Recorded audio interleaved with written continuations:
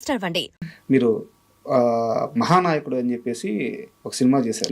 అవును, అంటే ఇలా గాజులు కొట్టి రెండు చేశాను.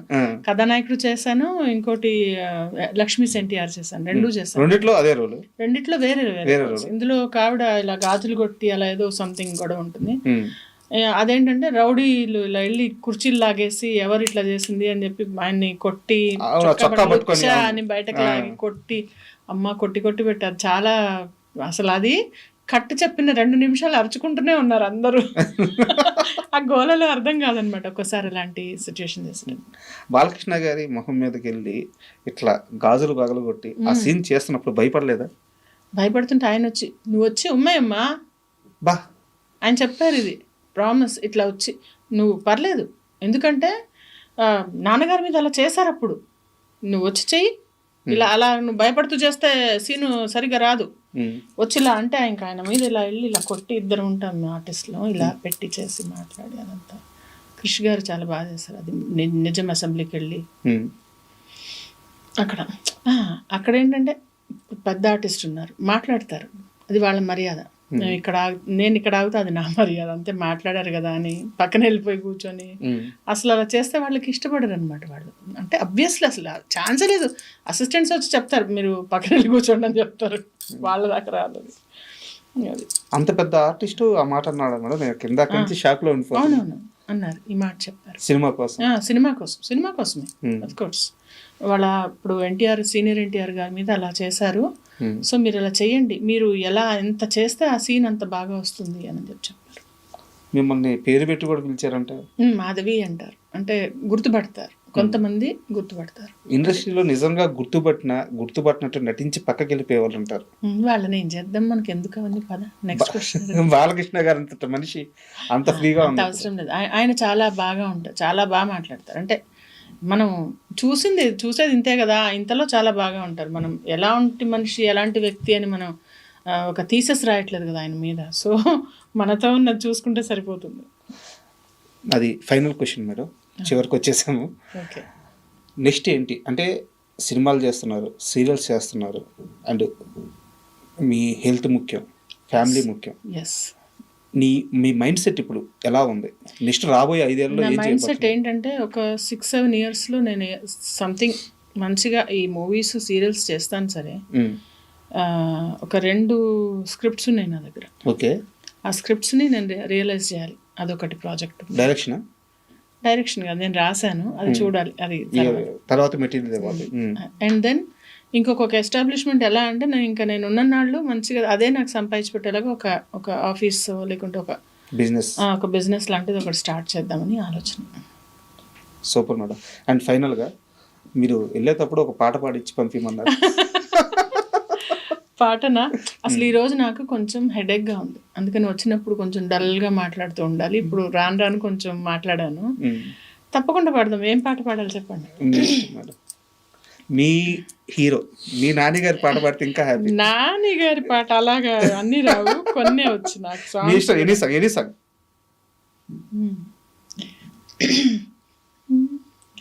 మనసా నువ్వుండే చోటే చెప్పమ్మా, మనసే నీకేదో చెప్పాలందమ్మా, నిన్న మొన్న ఈ వైనం నాలో లేదమ్మా, ఈరోజేదో ఆనందం చంపేస్తోందమ్మా, ఓ సోనా వెన్నెల సోనా నేనంతా నువ్వయ్యానా, నీ రూపు రేఖల్లోనా నేనుండిపోనా, మనసా నువ్వుండే చోటే చెప్పమ్మా, మనసే నీకేదో చెప్పాలందమ్మా, నిన్న మొన్న ఈ వైనం నాలో లేదమ్మా, నీ రోజేదో ఆనందం చంపేస్తోందమ్మా. Super madam. Acting, singing, drawing, motivation classes, ఏదో అలా ఖాళీగా ఉన్నప్పుడల్లా బుర్రలు తినకుండా ఇలాంటివి చేసుకుంటూ ఉంటే సరిపోలే, ఇంకోళ్ళని ఇబ్బంది పెట్టకుండా. Super madam. అంటే చాలా ఇంటర్వ్యూలు చేశాను, కానీ నాకు ఏంటంటే ఇది నాకు ఇంటర్వ్యూ కాకుండా మీతో కన్వర్జేషన్ కావాలనుకుని కూర్చున్నాను. సో పర్సనల్గా నేను చాలా హ్యాపీ, అండ్ ఇంటర్వ్యూకి ఒప్పుకున్నందుకు కూడా చాలా thank you. Thank you so much. ఈ రాబోయే 5 ఏళ్లలో లేదా ఫ్యూచర్లో మీరు ఏవైతే ప్లాన్స్ వేసుకున్నారో వాటన్నిటిలో కూడా మీరు సూపర్ సక్సెస్ అవ్వాలని, అండ్ ముఖ్యంగా హెల్తీగా ఫ్యామిలీ పరంగా కానీ అన్ని విధాలుగా హ్యాపీగా ఉండాలని మనస్ఫూర్తిగా కోరుకుంటున్నాను. Thank you so much. Thank you.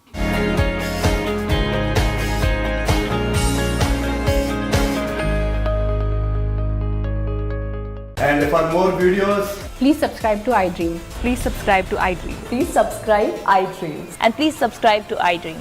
For more videos, subscribe to iDream. please like, share, and subscribe to the channel. Congratulations, iDream. Subscribe to iDream. Subscribe to iDream. So subscribe to iDream Media. iDream की iDream team अंदर की huge congratulations. Please subscribe iDream Media. Please subscribe to iDream. Subscribe iDream. Please subscribe to iDream. iDream అంటే నా కళల ఛానల్ను subscribe చేసుకున్న నోరు తిరుగుతలేదు, మీరైతే గంట గుర్తు కొట్టండి. For more such videos, please subscribe to iDream. Subscribe to iDream. Please subscribe to iDream. Please subscribe iDream Media. Please do subscribe to iDream. Please subscribe to iDream Media. For best entertainment and information, please subscribe iDream. And don't forget to subscribe to iDream. ఒక నిరాసక్తి కానీ కనిపిస్తూ ఉంది. నిజంగా మనస్ఫూర్తిగా 100% industry మీద ప్రేమతోనే continue అవుతున్నారా, ఇక్కడ నుంచి బయటికి వెళ్ళలేక కంటిన్యూ అవుతున్నారా? అంటే అది ఇండస్ట్రీ మీద ప్రేమతోనా లేకుంటే ఇంట్రెస్ట్తోనా అని కాదు. It is like my job. ఒక స్టేట్ బ్యాంక్ ఆఫ్ ఇండియాలో మా ఫాదర్ వర్క్ చేసేవాళ్ళు. ఆయన రిటైర్ అయ్యే వాళ్ళకు వర్క్ చేశారు, రైట్? రిటైర్ అయ్యే వరకు వర్క్ చేసుకుంటూ వెళ్ళారు. ఇప్పుడు నేను కూడా ఇండస్ట్రీలో వచ్చాను, ఇక్కడి నుంచి బయటకు వెళ్ళి మళ్ళీ if I have to earn, నేను ఒక ట్రైనింగ్ వెళ్ళి మళ్ళీ స్టార్టింగ్ నుంచి నేను స్టార్ట్ చేయలేను. ఆల్రెడీ ఎక్స్పీరియన్స్ ఉంది, యాక్టింగ్ వచ్చు, బాగానే చేస్తాను, వస్తున్నాయి, రాకుండా ఏం లేవు అవకాశాలు.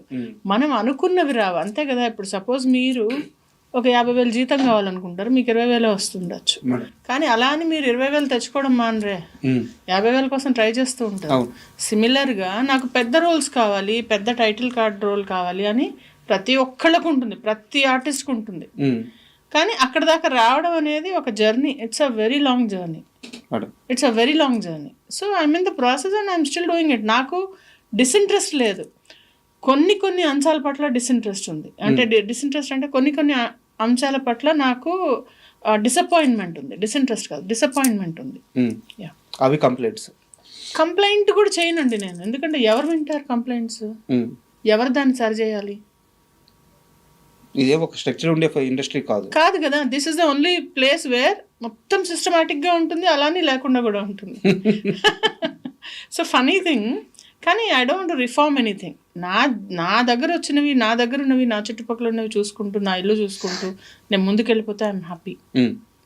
అంటే ఇండస్ట్రీలో 2 రకాల ఆర్టిస్టులు ఉంటారు మేడం. అంటే నేను చెప్పేది టైర్ 1 హీరోల దగ్గర నుంచి జూనియర్ ఆర్టిస్టుల వరకు ఎవరైనా సరే 2 రకాల ఆర్టిస్టులు ఉంటారు.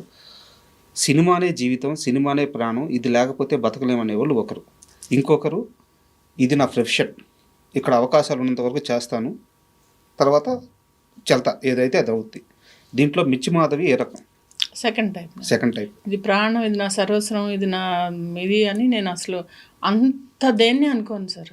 నన్ను నేను తప్ప, నన్ను నేను చూసుకుంటూ, నా కుటుంబం చూసుకుంటూ ముందుకెళ్తూ, ఇది నడవడం కోసం ఒక ఉపాధి కల్పించుకొని ఇందులో మంచిగా ఇచ్చింది మంచిగా చేసుకుంటూ ముందుకెళ్తున్నాను తప్పితే నువ్వే నా సర్వస్వం అని దేన్ని అనుకున్నా అది నీ జోలికి రాదు. అది అమ్మాయి కానీ, అది జాబ్ కానీ, అది ఎవరైనా కానీ అది వెగటైపోతుంది.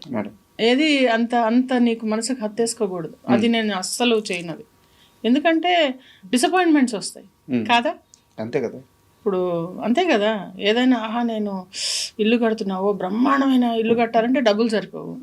ఆ సరిపోయిన వాటిలో కట్టిన దానిలో డిసప్పాయింట్మెంట్. ఇంకా దాన్ని ప్రేమిస్తే తుడిచి అక్కడే ఉండి నేను అందులోనే ఉండలేను, బయటకు వెళ్తే ఏదో పాడైందని. అంటే నువ్వు ఎక్సెస్గా ఎప్పుడైతే అబ్జెస్ అవుతావో ఏ విషయం గురించి అయినా, ఇట్ డజంట్ హెల్ప్ యూ. అంటే ఇక్కడ నాది ఒక కంటిన్యూటీ క్వశ్చన్. ఇప్పుడు ఆర్టిస్టులు చాలా మంది ఉంటారు, అవకాశాలు లేక సూసైడ్ చేసుకుంటూ ఉంటారు. వాళ్ళందరూ ఇలా సినిమాని మించి ఎక్స్ట్రీమ్కి వెళ్ళిపోయి ఆలోచించిన వాళ్ళే కదా. అంతే కదా. అది ఆర్టిస్ట్లే కాదు, ఎగ్జామ్స్ ఫెయిల్ అయ్యి ఎగ్జామ్స్లో చేసిన వాళ్ళు, లవ్లో ఫెయిల్ అయిన వాళ్ళు, ఆ సూసైడల్ టెండెన్సీ అనేది ఒక డిఫరెంట్ ఎమోషనల్ హెల్త్ గురించి అదొక సెపరేట్ టాపిక్. అంటే అలాంటి వాళ్ళు ఎందులో ఉన్నా సెన్సిటివ్గా ఉంటారు, హైపర్ సెన్సిటివ్గా ఉంటారు. వాళ్ళు తట్టుకోలేరు. అదే చెప్పటం, డిసప్పాయింట్మెంట్ తట్టుకోలేరు. ఎప్పుడైతే నువ్వు ఎక్స్పెక్టేషన్స్ ఇక్కడ పెట్టుకున్నావో అక్కడ దాకా రాలేదనుకోండి, ఇట్ విల్ బి టోటలీ ఒక రాంగ్ ప్లేస్లో ఉన్నట్టు మనం మేడం. కదా. సో టఫ్ థింగ్స్ ఉన్నాయా, నువ్వు టఫ్గా ఉన్నావా, అదే. అండ్ మీ యూట్యూబ్ ఛానల్ చూస్తే మేడం కొన్ని షార్ట్స్ పోస్ట్ చేస్తూ ఉంటారు మీరు, చాలా అద్భుతంగా ఉంటాయి, మోటివేషనల్ స్పీకింగ్ లాగా, అంటే ఇన్స్పిరేషన్ కలిగించేలాగా ఉంటాయి. మీరు దానికి తగ్గ చదువున్నారు. నాకు తెలియదు అది ఏదో. నేను చదువుకున్నాను, పోస్ట్ గ్రాడ్యుయేషన్ అయింది, నేను సర్టిఫికేషన్స్ చేశాను. అంటే నేను ట్రైనర్ చేశాను అనమాట, సాఫ్ట్ స్కిల్స్ కార్పొరేట్ ట్రైనర్ అనమాట. మీరు ఇండస్ట్రీలో మానసికంగా ఇబ్బంది పడతా కొంచెం లోలో ఉన్న వాళ్ళకి మీ మాటలతో హీల్ చేసిన వ్యక్తి ఎవరు? అలాంటి సందర్భం ఏదైనా జరిగింది? అంటే పర్టికులర్గా కాదు, డెఫినెట్లీ నేను ఏమన్నా ఉంటే చెప్తానమాట, అక్కడ హెల్ప్ చేస్తాను. ఒక పర్టికులర్ ఈ వ్యక్తి అని కాదు, అక్కడ ఏదైనా జరిగితే అంతలాగా హర్ట్ అవ్వకూడదు. వ్యక్తి పేరు వద్దు, నాకు పర్టికులర్ ఇన్సిడెంట్ ఏమైనా చెప్తారా? అదే ఒక ఆవిడ ఇట్లనే తనకి నిడివి రావట్లేదు, అంటే లెంత్ రావట్లేదు, రోల్ రావట్లేదు అని చెప్పి చాలా ఫీల్ అవుతుంటే నేను ఒకటే చెప్పా, ఇది పర్మనెంట్ కాదు, ఇది వచ్చినా కూడా ఒక నలుగురు, ఇప్పుడు 5 వేళ్ళు కలిపి ఇట్లా ఒక పిడికిలైనట్టు అందరూ కలిపి ఒక సీన్ అవుతుంది, మన ఒక్కళ్ళ మీద తీయరు కదా, అర్థం చేసుకో, వచ్చింది చేసుకుంటాడు, ఇది కాదా ఇంకోటి చేసుకోవాలి, అంతేగాని ప్రాసెస్లో హర్ట్ అవ్వద్దంట. నేను నువ్వు అర్థం చేసేసుకుంటే థాట్ ఏదైతే నువ్వు ప్రాసెస్లో నువ్వు హర్ట్ కాకుండా ఉంటే ఇట్ విల్ బి బెటర్ అని చెప్పాను. అంటే ఒక స్ట్రాంగ్ మెంటాలిటీ, యాజ్ ఎ ఉమెన్గా ఒక స్ట్రాంగ్ మెంటాలిటీ, సబ్జెక్ట్ మీద సరైన అవగాహన, సరైన అప్రోచ్, ఇంత క్లారిటీ మైండ్ ఎలా వచ్చిందంటే సిచ్యుయేషన్స్ తెచ్చాయి, నేర్పించింది. సిచ్యుయేషన్స్ నేర్పించాయి. చిన్నప్పుడు పెళ్లి కావటం, మంచి క్వశ్చన్ ఇది. చిన్నప్పుడు మ్యారేజ్ అవటం, అర్థం కాకపోవటం, మనం ఇలా ఉంటే వాళ్ళు అలా ఉన్నారేంటి, లేకుంటే అదేంటి అనే క్వశ్చన్స్ చాలా వచ్చాయి నాకు at my early start of my career. జాబ్లో సడన్గా బాగున్న వాళ్ళు సడన్గా మనుషులు మారిపోయేవాళ్ళు, ఎలాగో ఉండేవి రిలేషన్షిప్స్. సో స్లోగా నేను అర్థం చేసుకుంటూ చూసుకుంటూ, ఓహో ఇది ఇలా ఉంటుందా తెలుసుకుంటూ అలా అర్థమైంది. 17 ఏళ్ల వయసులో పెళ్ళైంది కదా మేడం? ఎస్, 17.5. ఎలా హ్యాండిల్ చేశారు ఎర్లీ లైఫ్, మ్యారేజ్? ఏం తెలియదు అంటే మ్యారేజ్ అయినప్పుడు అసలు అనుకోకుండా జరిగింది, మంచి సంబంధం చేశారు. కొన్ని ఉంటాయి కదా, యూ విల్ అంటే మేక్ మిస్టేక్స్ అండ్ లర్న్. నాకు పెద్ద తెలిసేది కాదు, పని వచ్చేది కాదు. మా ఇంట్లో వాళ్ళు చాలా ఆర్థడాక్స్, చాలా క్లెన్లీనెస్ ఎక్కువ. నాకేం వచ్చేది కాదు, ఏం చేయడం వచ్చేది కాదు, వంట వచ్చేది కాదు, ఏం రాదు అసలు. జాబ్ చేసుకునేదాన్ని, వచ్చేదాన్ని, అలా ఉండేదాన్ని. తర్వాత చిన్నగా ఒక 4-5 ఏళ్ళు పట్టింది నాకు అది మళ్ళా తిప్పుకొని సరిగ్గా సెట్ అవ్వడానికి. అంటే వంట గురించి ప్రస్తావన తీసుకొచ్చారు కాబట్టి ఒక క్వశ్చన్, ఒక స్టార్ హీరోతో పులిహోర కలిపించారంట మీరు? కలిపించలే, ఏం లేదు. నేను తీసుకెళ్ళింది అందరికి ఇస్తాను యాక్చువల్లీ. తర్వాత వంటలు బాగా చేస్తాను. నేను అంతా క్యారీ చేసుకుంటాను. అంటే నాకు ఫుడ్ కొంచెం ప్రాబ్లం వల్ల, గ్యాస్ట్రైటిస్ వల్ల నేను ఇంటి నుంచి ఫుడ్ క్యారీ చేస్తాను. సో ఆ క్యారీ చేసింది అందరికి ఇస్తాను అనమాట. అయితే తను ఎలా చేశారు, బాగుంది అని చెప్పారు. ఎవరా హీరో? వద్దు, పేర్లు వద్దు, మళ్ళీ మీకు తమ్నైల్స్ తీసుకుంటారు, వద్దమ్మా, దండం మీకు. ఓకే, మీ ఫస్ట్ మూవీ ఒంటరి, గోపీచంద్ గారి సినిమా. ఆ సినిమా ఛాన్స్ వచ్చినప్పుడు కానీ, లేదా సినిమాలో యాక్ట్ చేస్తున్నప్పుడు కానీ, నేను యాక్టర్ని అయిపోయాను, లేకుంటే నాకు అవకాశం వచ్చేసింది, ఎలాంటి ఒక ఎగ్జైట్మెంట్ కానీ, చాలా ప్లెయిన్ మైండ్తో ఉండేవాళ్ళంట. రాజా ఎలా అంటే, నేను ఏది ఉబ్బిపోను, ఏది కుంగిపోను. నాకు ఎందుకంటే నాకు వద్దు అసలు, అంత ఎమోషనల్ టర్మాయిల్ వద్దు నాకు. పడి ఉన్నాను నేను, అది చెప్తున్నాను నేను. అర్లీ స్టేజ్లో అవన్నీ పడి ఏదో రాగానే ఓహో మనం అచీవ్ చేసేసామని నాకు అసలు ఎప్పుడు అనిపించదు.